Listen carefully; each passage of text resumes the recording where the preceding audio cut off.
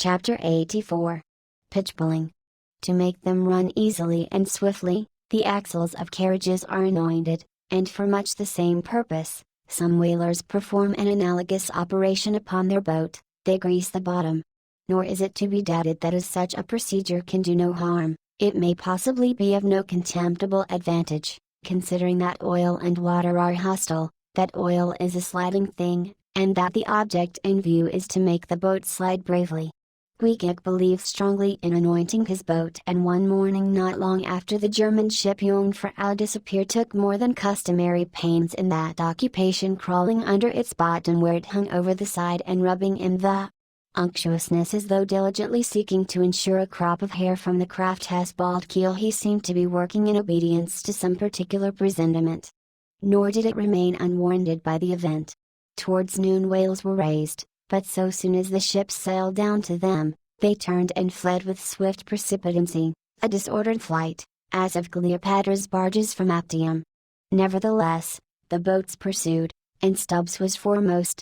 By great exertion, Tashko at last succeeded in planting one iron, but the stricken whale, without at all sounding, still continued his horizontal flight, with added fleetness. Such unintermitted strainings upon the planted iron must sooner or later inevitably extract it. It became imperative to lance the flying whale, or be content to lose him. But to haul the boat up to his flank was impossible, he swam so fast and furious. What then remained?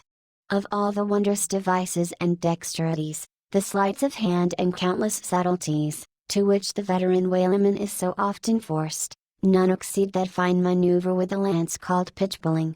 Small sword, or broadsword, in all its exercises boasts nothing like it.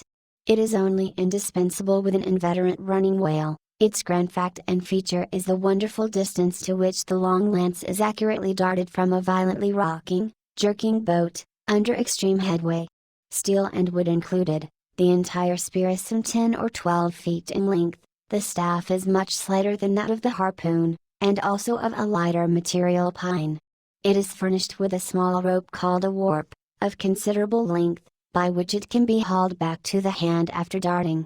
But before going further, it is important to mention here that though the harpoon may be pitch-poled in the same way with the lance, yet it is seldom done, and when done is still less frequently successful on account of the greater weight and inferior length of the harpoon as compared with the lance, which in effect become serious drawbacks. As a general thing, therefore, you must first get fast to a whale, before any pitch-pulling comes into play. Look now at Stubb, a man who from his humorous, deliberate coolness and equanimity in the direst emergencies, was specially qualified to excel in pitch-pulling. Look at him, he stands upright in the tossed bow of the flying boat, wrapped in fleecy foam, the towing whale is 40 feet ahead. Handling the long lance lightly, glancing twice or thrice along its length to see if it be exactly straight, Stubb whistlingly gathers up the coil of the warp in one hand, so as to secure its free end in his grasp, leaving the rest unobstructed. Then, holding the lance full before his waistband as middle, he levels it at the whale. When covering him with it, he steadily depresses the button in his hand, thereby elevating the point till the weapon stands fairly balanced upon his palm. 15 feet in the air, he minds you somewhat of a juggler, balancing a long staff on his chin. Next moment, with a rapid, nameless impulse, in a superb lofty arch, the bright steel spans the foaming distance, and quivers in the life spot of the whale. Instead of sparkling water, he now spouts red blood. That drove the spigot out of him, cried Stubb. 'Tis July's immortal 4th, all fountains must run wine today. Would now, it were Old Orleans whiskey, or Old Ohio, or unspeakable Old Monongahela. Then, Tashko, lad, I'd have ye hold a canic into the jet, and we'd drink round it. Yea, verily, hearts alive, we'd brew choice punch in the spread of his spout hole there, and from that live punch bowl quaff the living stuff. Again and again to such gamesome talk, the dexterous start is repeated, the spear returning to its master like a greyhound held in skillful leash.